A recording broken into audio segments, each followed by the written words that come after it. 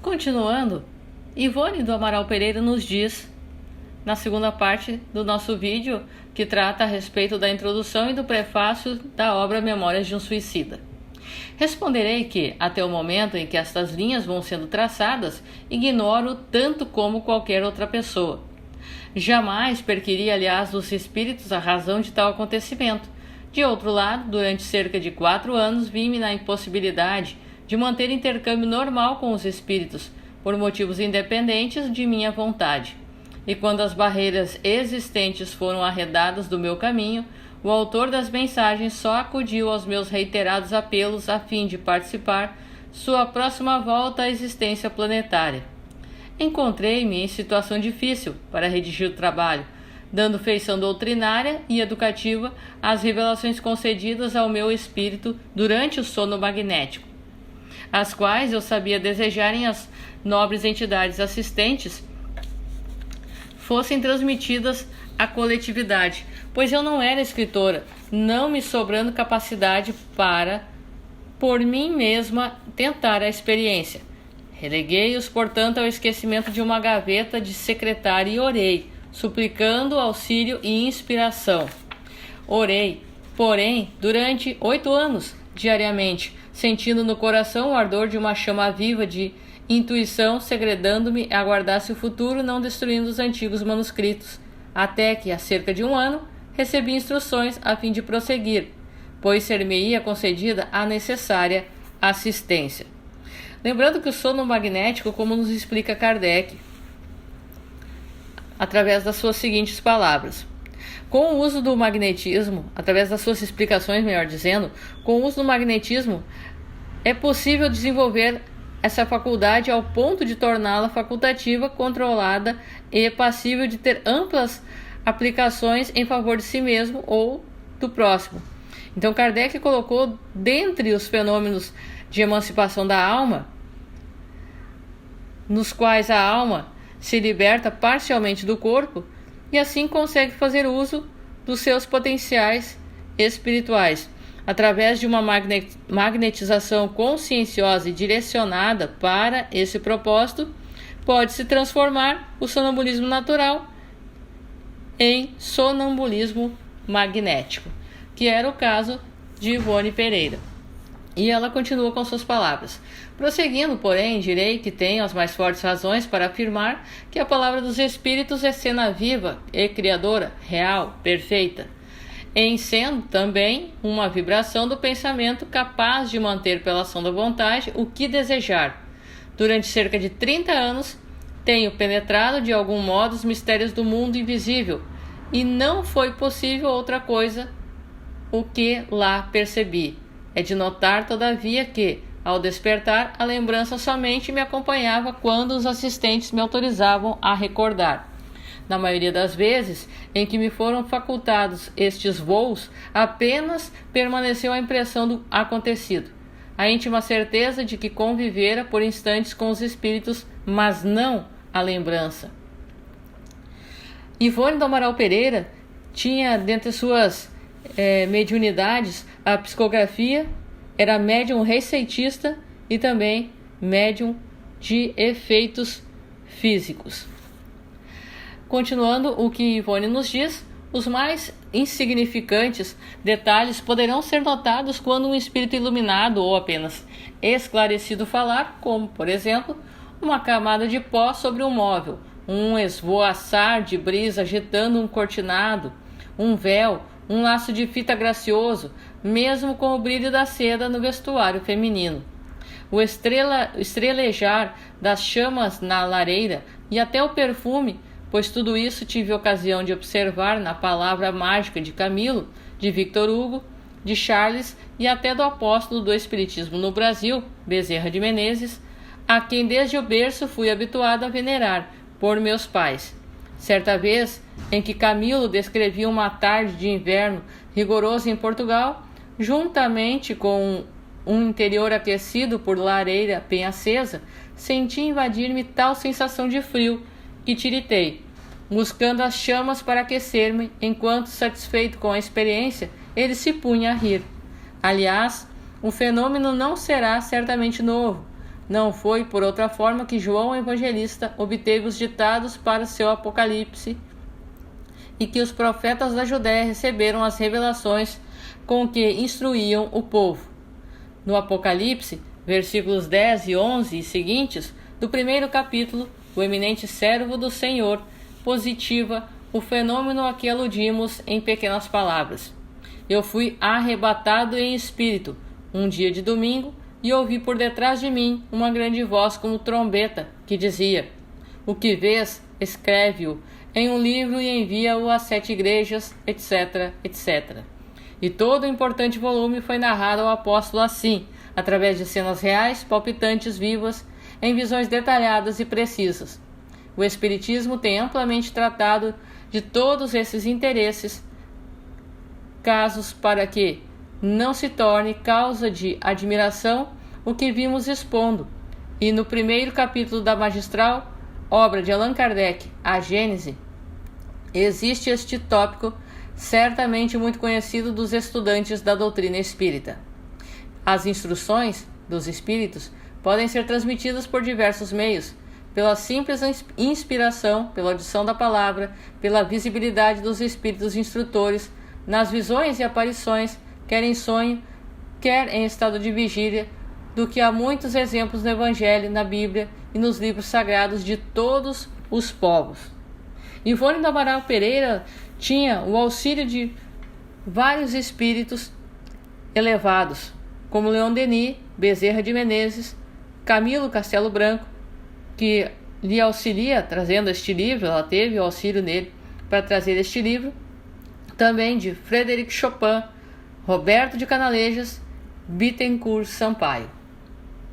Então ela conclui a sua introdução nos dizendo: longe de mim a veleidade de me colocar em plano equivalente ao daquele missionário citado acima, isto é, João Evangelista. Pelas dificuldades em que lutei a fim de compor este volume, patenteadas ficaram ao meu raciocínio as bagagens de inferiores que me deprimem o espírito. O discípulo amado, porém, que, em sendo um missionário escolhido, era também modesto pescador, teve, sem dúvida, o seu assistente espiritual, para poder descrever as belas páginas aureoladas de ciência e ensinamentos outros, de valor incontestável, os quais romperiam os séculos glorificando a verdade. É bem provável que o mestre fosse aquele assistente. Não posso ajuizar quanto aos méritos desta obra. Proibi-me durante muito tempo levá-la ao conhecimento alheio. Reconhecendo-me incapaz de analisá-la, não me sinto sequer à altura de rejeitá-la, como não ouso também aceitá-la. Vós o fareis por mim.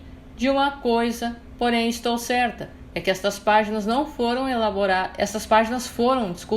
elaboradas do princípio ao fim, com o máximo respeito à doutrina dos espíritos e sob a invocação sincera do nome Sacrossanto do Altíssimo. Ivone do Amaral Pereira, Rio de Janeiro, 18 de maio de 1954. A primeira vez que Ivone levou os rascunhos, levou as suas folhas, levou a obra impressa até a FEB, até a Federação Espírita Brasileira, levou os seus manuscritos lá, foi rejeitado pelo diretor, o senhor Manuel Quintão, alegando na época estar sobrecarregado, muito cheio, com várias obras por serem examinadas. Então, este livro ficou guardado durante muitos e muitos anos. Logo em seguida, quando Ivone voltou para casa após ter tido rejeitado que fosse editado em 1926, ela pensou em jogar fora, em colocar fogo em tudo, mas foi impedida por Bezerra de Menezes e, com o auxílio da espiritualidade superior, após 30 anos, acontece a publicação com o prefácio da segunda edição, assinado por Leon Denis, que nos traz as seguintes palavras. Revisão criteriosa impunha-se nesta obra que há muitos anos me fora confiada, para exame e compilação, em virtude das tarefas espiritualmente a mim subordinadas, como da ascendência adquirida sobre o instrumento mediúnico ao meu dispor. Filo, todavia, algo extemporaneamente, já que me não fora possível fazê-lo na data oportuna, por motivos afetos mais aos prejuízos das sociedades terrenas, contra que o mesmo instrumento se debatia do que a minha vontade de operário atento ao cumprimento do dever. E a revisão se impunha tanto mais quanto, ao transmitir a obra, me fora possível avolumar de tal sorte as vibrações ainda rudes do cérebro mediúnico, operando nele possibilidades psíquicas para a captação das visões indispensáveis ao feito, que, ativadas ao grau máximo que aquele seria possível comportar, tão excitadas se tornaram que seriam mais catadupas, rebeldes, nem sempre obedecendo com facilidade e pressão que lhes fazia, procurando evitar excessos de vocabulário, acúmulo de figuras representativas, os quais somente agora foram suprimidos. Nada se alterou, todavia, na feição doutrinária da obra, como no seu particular caráter revelatório. Entrego-a ao leitor pela segunda vez, tal como foi recebida dos maiores que me incumbiram de espinhosa tarefa de apresentá-la aos homens. E se, procurando esclarecer o público, por lhe facilitar o entendimento de fatos espirituais, nem sempre conservei a feitura literária dos originais, que tinha sob os olhos, no entanto, não lhes alterei nem os informes preciosos nem as conclusões, que respeitei como o labor sagrado de origem alheia.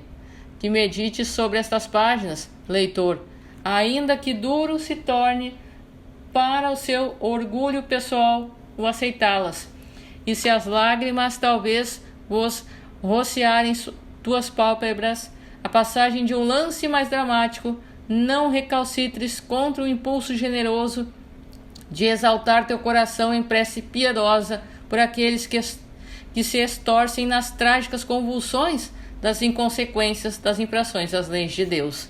Leon Denis, Belo Horizonte, 4 de abril de 1957. Então, uma das coisas mais lindas também que se encontra dentro desta obra, Memórias de um Suicida, é o amparo de Maria de Nazaré, do Hospital Maria de Nazaré, dos seus servos, que acolhem a todos aqueles que, infelizmente, deixam a terra através do suicídio. Como diria o nosso irmão Emmanuel, da morte pode se escapar muitas vezes, se assim for possível, auxiliado e for o melhor para o nosso caminho. Mas da vida nunca, porque nós somos espíritos eternos. Então, busquemos, através da oração, o amparo sempre. E esta obra que possa trazer a cada um de nós o amor e a compreensão da justiça e das leis divinas. Convido você também, meu irmão, minha irmã, a me ajudar, compartilhando este canal de luz, se inscrevendo e que possamos juntos divulgar a doutrina espírita. Que assim seja.